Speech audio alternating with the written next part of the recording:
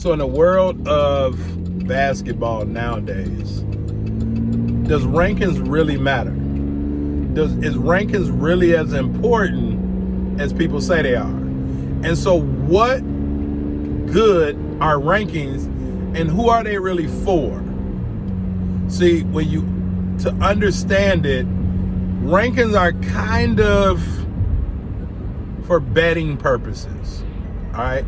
In the world now where there's a lot of sports betting, rankings are kind of betting purposes because person with the higher rankings statistically has the higher odds of winning. Other than that, I don't really see what rankings are used for. But we do know this. We do know that there are things called upsets. And when you have a lot of upsets, that's because the team that had the higher ranking lost. And so we're in the middle of March Madness, right? Conference tournaments are upon us. The NCAA tournament will be before us. Women and men's NAIA tournament is happening. NJCAA tournament is about to happen. You have a lot of postseason. All postseason tournaments are happening at this time. But does rankings really matter? And so you have lots of parents, maybe even including you watching this video, lots of parents who thrive. They spend lots of money to do things, to put their athlete in places, in gymnasiums, so other people can watch them so that they can be ranked most times by an individual who doesn't really know the game of basketball. They may watch it, but they don't know the game of basketball. They're typically putting a number based on popularity.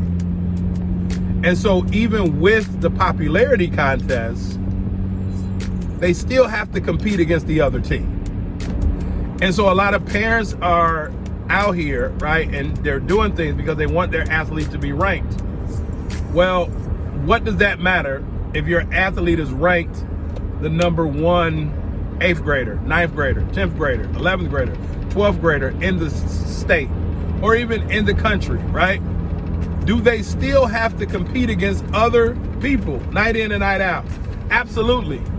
So the only benefit that it does is it may give the person who's ranked a little bit of added confidence,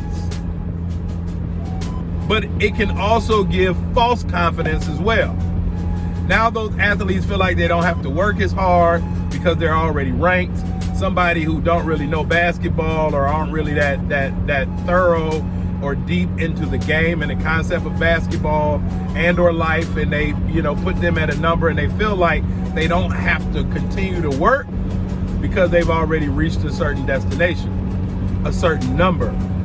But then we have those underdogs who may find it disrespectful or who may find it interesting that they've put one person in a certain criteria and not another person. Well, at the end of the day, here's what I say, and I tell all my parents who play spring ball, summer ball, AAU, club, travel, whatever it is you want to call it nowadays. Why are you traveling all around the country, yet there are people in your city, in your state, on your child's team that's better than them? Yet you're out here looking for rankings or looking for exposure, either or. But we're talking about rankings today. At the end of the day, that number one ranked person or number one ranked team has to come play that other team. I've always felt like rankings didn't matter.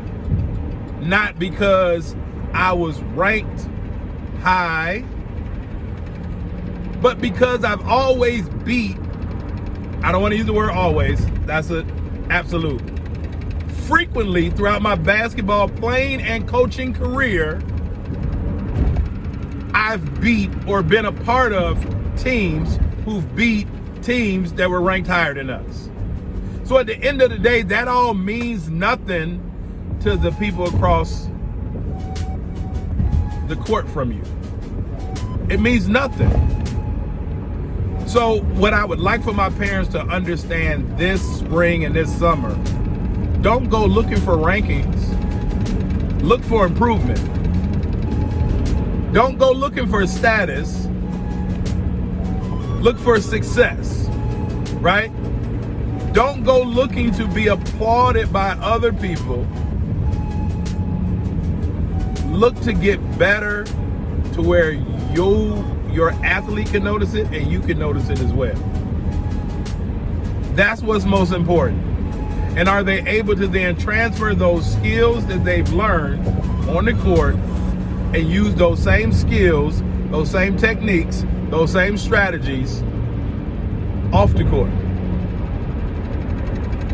That's what it's really all about.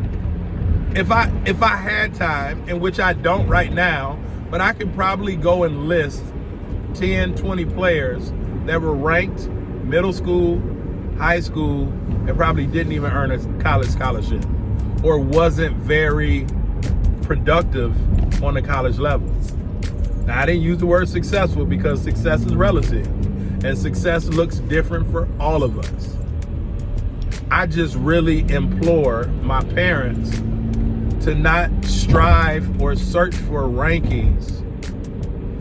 Instead, strive and search for continued improvement. Continued improvement. Continued improvement. And once that happens over the course of time, if it's fit for your athlete to have a certain status or a certain level, they will then get that. But most athletes at those levels, it really doesn't matter. I've been part of #1 teams in the country on a college level. #1 teams in the country. Those are hard because now you have to keep a certain level at all times. And most athletes aren't consistent enough to keep a certain level at all times, and you're going to get everybody's best shot each and every day. So while rankings can be good for some people if that's what they're into, it's also detrimental to most folks because that then puts a target on your back. Now, if you're that type of player, be that type of player.